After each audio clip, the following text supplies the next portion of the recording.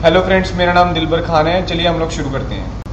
Class next topic है rib के updates के बारे में। मैं आपको बताना जा रहा हूँ कैसे रिप राउटर रिप जो है आपके नेटवर्क में एडवर्टाइजमेंट करेगा। लाइक आप लोगों को लास्ट टाइम मैंने बताया था कि भी एक राउटर, अगर आप लोगों ने एक राउटर लगाया और दूसरी तरफ कुछ और राउटर के साथ उसको कनेक्ट कर दिया, लाइक ये दूसरा एक राउटर है और यहाँ पे एक और राउटर है और नेक्स्ट एक और राउटर, तो यहाँ पे कुछ हम लोगों ने राउटर लगा दिए। तो हम लोग चाहते हैं कि ये राउटर अपने रूट्स को दूसरे राउटर तक पहुंचा पाए। तो उसके लिए हमें क्या करना पड़ेगा, इनका आपस में कनेक्शन बनाना होगा और इनके साथ फॉर एग्जांपल यहाँ पे जो भी एक नेटवर्क्स हैं उनकी एडवर्टाइजमेंट किसी भी एक राउटिंग प्रोटोकॉल में यूज करनी होगी, उसको ऐड करना होगा। तो वो राउटिंग अपडेट्स के लिए हमें इनके ऊपर कोई भी एक राउटिंग प्रोटोकॉल, फॉर एग्जांपल जैसे मान के चलते हैं हमारा ये नेटवर्क है वो चल रहा है 10.0.0.0 के ऊपर।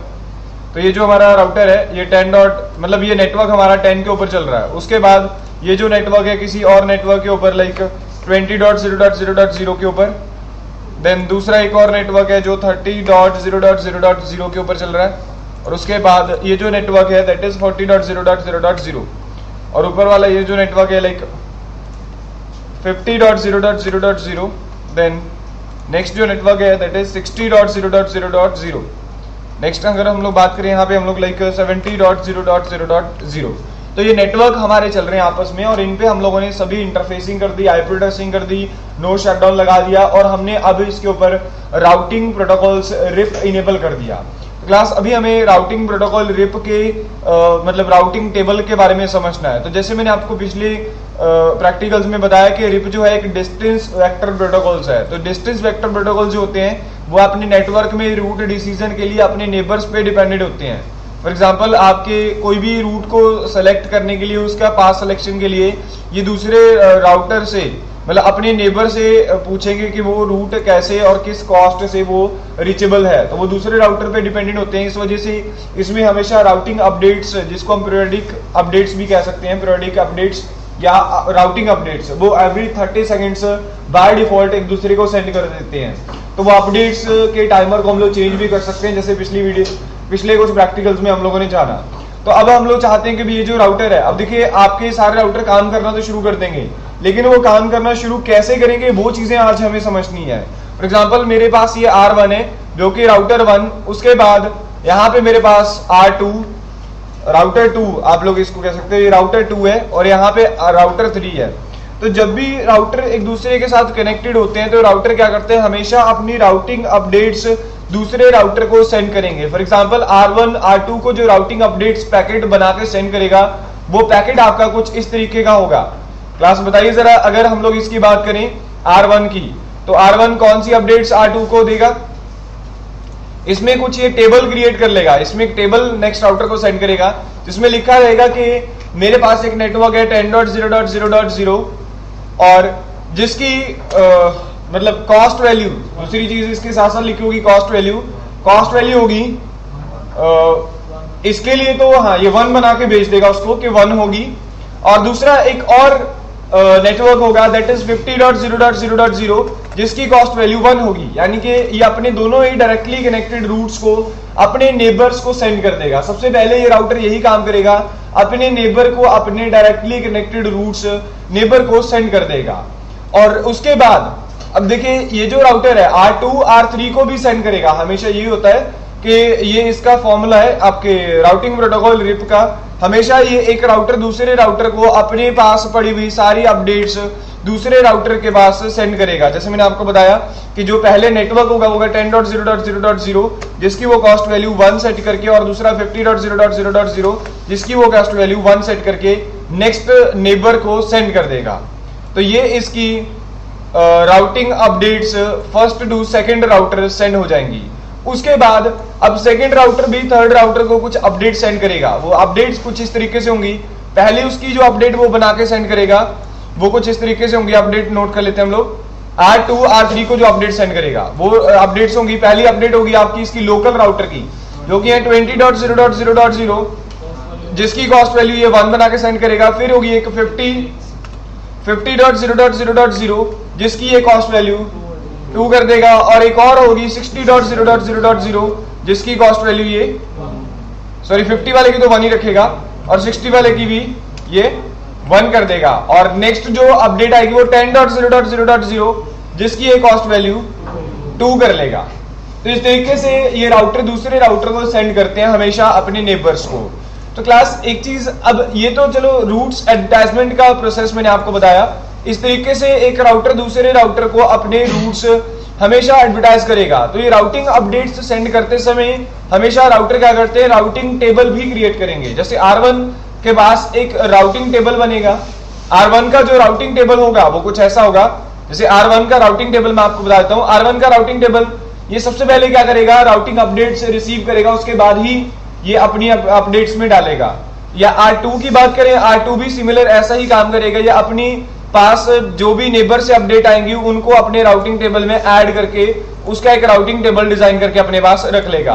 और वैसे ही ये R3 करेगा, और बिल्कुल वैसे ही ये R4 करेगा। तो चलिए जानते हैं R2 के ऊपर क्या कौन सा राउटिंग टेबल बनेगा।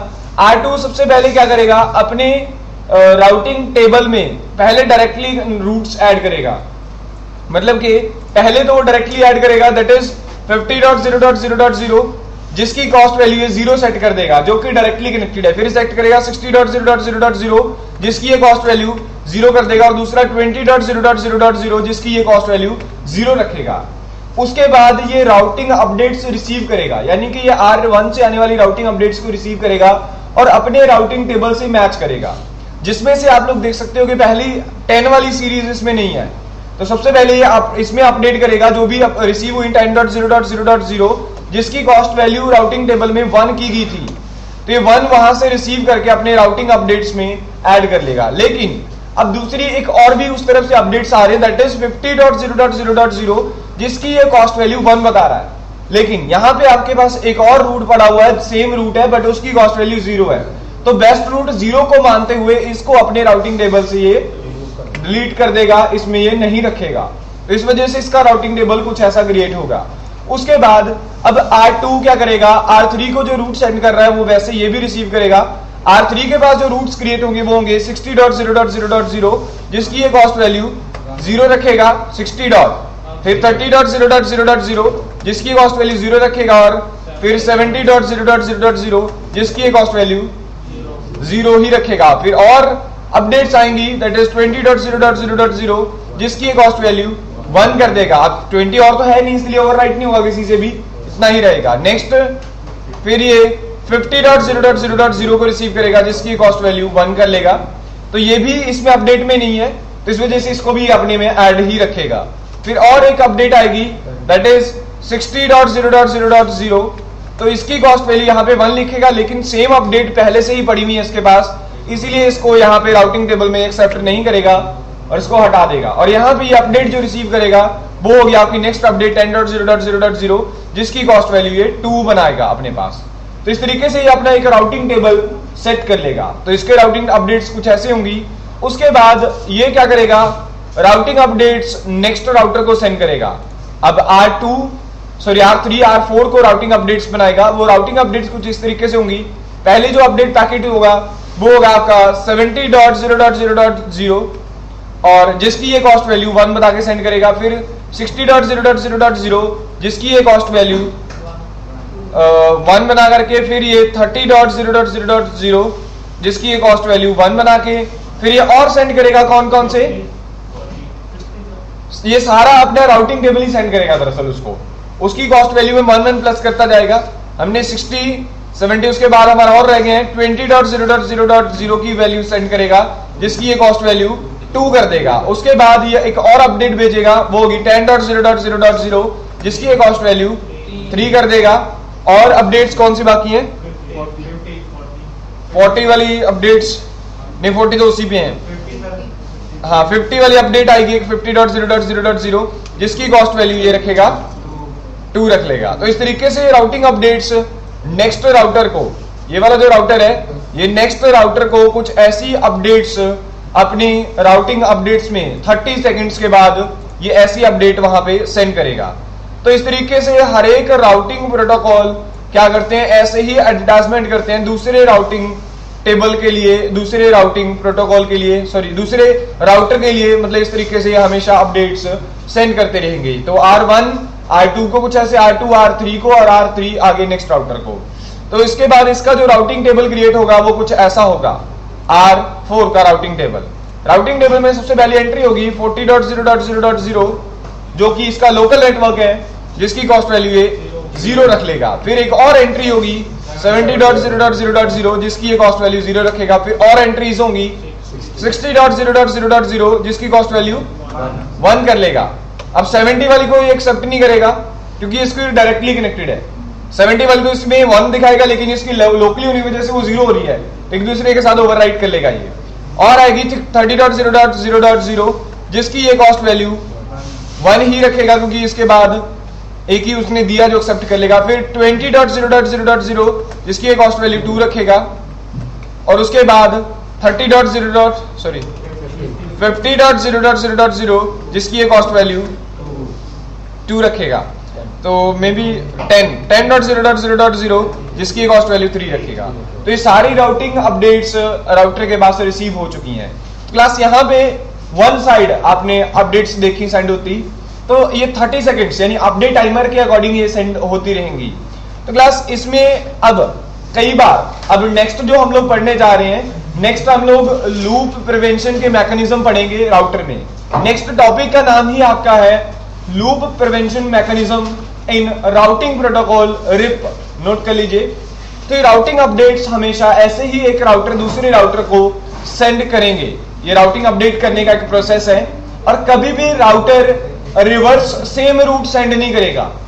सेम रूट सेंड नहीं करेगा कभी भी किसी भी राउटिंग प्रोटोकॉल को। वो अपने राउटिंग प्रोटोकॉल मतलब अपने राउटिंग टेबल में से सिर्फ वही रूट सेंड करेगा जो उसके खुद के हैं, ना कि उसने कोई जो रिसीव की है वो रूट कभी भी उसको सेंड नहीं करेगा, जिसकी वजह से वो वहां पे लूप क्रिएट नहीं होगा जिसकी वजह से। तो क्लास ये आपका एक स्टेप था